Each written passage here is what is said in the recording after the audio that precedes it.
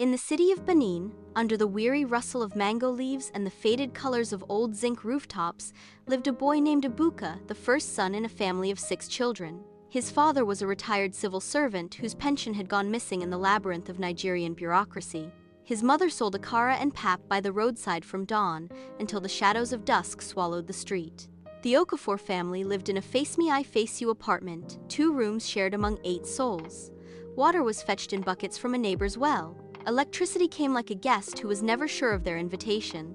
From an early age, Ebuka was told not with words, but with sighs, with glances, and with the silence after bills came, "You are the man of the house." His father rarely spoke, worn thin by the humiliation of his unmet dreams. His mother's hands were always busy, her face always tight, her love buried under layers of fatigue. When Ebuka gained admission to study medicine at the University of Lagos, the house rejoiced.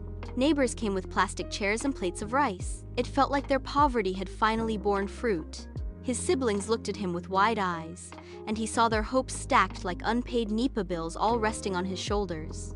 But the journey through medical school was nothing like what Nollywood or textbooks promised. By day, he attended lectures and cadaver dissections. By night, he became a one-man army writing assignments for lazy rich kids, running deliveries on weekends, and skipping meals so his younger brother could afford wake registration. When his mates studied with a focused mind, Ebuka studied with guilt gnawing at him, guilt that he had dared to dream while his family starved. At one point in the 400 level, he fainted in the anatomy lab. Malaria, hunger, and exhaustion had woven a rope and pulled him down. The lecturer stepped over him. Nobody was coming to save Ebuka. And so, he taught himself a new doctrine: hustle is salvation. Emotion is a luxury. He buried his feelings in the pages of pathology books. He became numb to celebration, deaf to encouragement, and blind to rest. His mantra became, "If I break, the family breaks." But what Ebuka didn't know was that the slow death of his passion was happening right in front of him. By the time he graduated 7 long years, a house officer, now the boy who once wanted to wear a white coat and save lives, had transformed into a ghost. Medicine was just another hustle now. He didn't care about stethoscopes or patient histories. What he wanted was money not out of greed, but out of desperation. He began trading crypto at night, doing odd consulting gigs, and even importing wristwatches from China. He once sold shoes in traffic wearing his lab coat. Some laughed. He didn't care. His colleagues mocked him. Is this one even a doctor? But Ebuka was past shame. Shame she couldn't pay rent.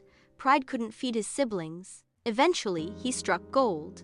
One of his side gigs led to a remote consulting job in Canada. The pay was good, and finally, he could breathe. He moved his family into a better apartment. His mother stopped talking. His younger sister got into university.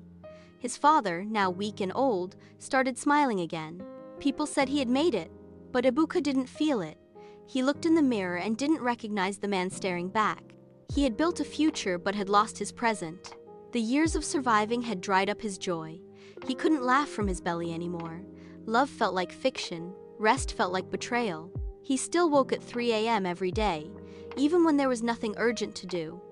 He had been running for so long he didn't know how to stop. Once, an old friend asked him, "Ebuka, now that you've made it, what do you want?" He paused, then whispered, "I want to feel again." But feelings were strangers now.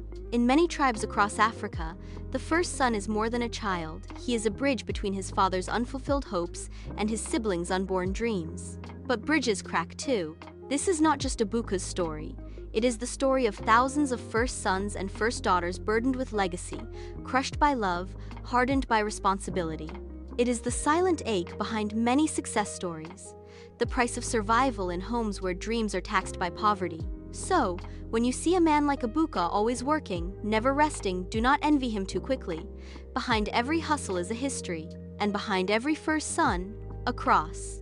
This is another powerful story from the Folktales of Many Tribes. See you on another one.